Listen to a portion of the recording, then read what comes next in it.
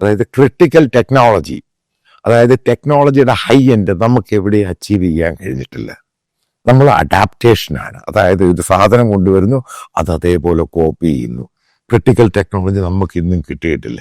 അതിൻ്റെ ഏറ്റവും വലിയ തെളിവാണ് ഈ തേജസിൻ്റെ മൂന്ന് ക്രാഷ് 2 വർഷത്തിലുണ്ടായത്. നമ്മുടെ പയനിയറാണ് PSLV ISRO. എന്നിട്ട് നമുക്ക് അടുപ്പിച്ച് തന്നെ 2 ഫെയിലിയറായി 3rd സ്റ്റേജിൽ.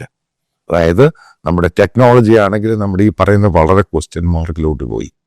നമുക്ക് അച്ചീവ് ചെയ്യാൻ പറ്റുന്നില്ല, സക്സസ് ആക്കാൻ പറ്റുന്നില്ല. വെറുതെ വാചകവടിയും അതും ഇതും പൊങ്ങത്തരും തള്ളും മാത്രമാണ് ഒരു ഭാഗത്തു.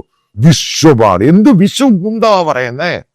സിമ്പിളായിട്ടൊരു ഫൈറ്റർ എയർക്രാഫ്റ്റ് പഴയ രീതിയിലുള്ള സാധനം ഉണ്ടാക്കാൻ പറ്റുന്നില്ല.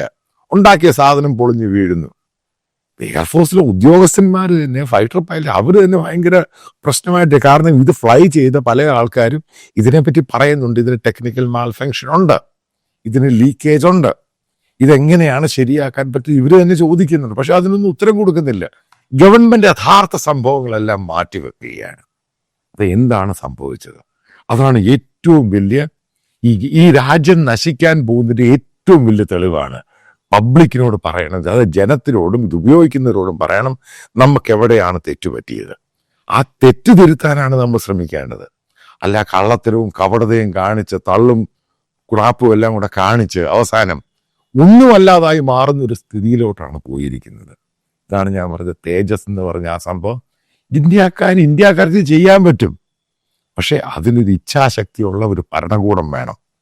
അല്ലാതെ HALനെ പറ്റി, ഈ KSRTC പോലെ HALന്റെ ഒരു ഓർഗനൈസേഷന് പബ്ലിക് സെക്ടർ അണ്ടർടേക്കിങ്ങിന് ഇത് ഏൽപ്പിക്കുന്നത് യാതൊരു കാര്യമൊന്നുമില്ല. കാരണം അവർ ചെയ്ത കാരണം മിഗിന്റെ അപ്ഡേറ്റഡ് വേർഷൻ പോലും, അതായത് ശവപ്പെട്ടിയാക്കിയതിൻ്റെ ഏറ്റവും പ്രധാനപ്പെട്ട ഉദാഹരണം HAL ചെയ്ത പരിപാടി തന്നെയാണ്. അതാണ് ഞാൻ പറയുന്നത്, ഇത് പ്രൈവറ്റ് സെക്ടറിലോട്ട് പോകണം. നമുക്ക് പറ്റുവാണെങ്കിൽ മറ്റുള്ള രാജ്യവുമായിട്ട്, അതായത് ഡിഫൻസ് പാക്ട് ഉണ്ടാക്കിയിട്ട് നമ്മൾ ഇതേപോലെ ജോയിന്റ് വെഞ്ചർ ചെയ്യാം, കൊറിയയുമായിട്ട് ചെയ്യാം, ഇസ്രായേലുമായിട്ട് ചെയ്യാം.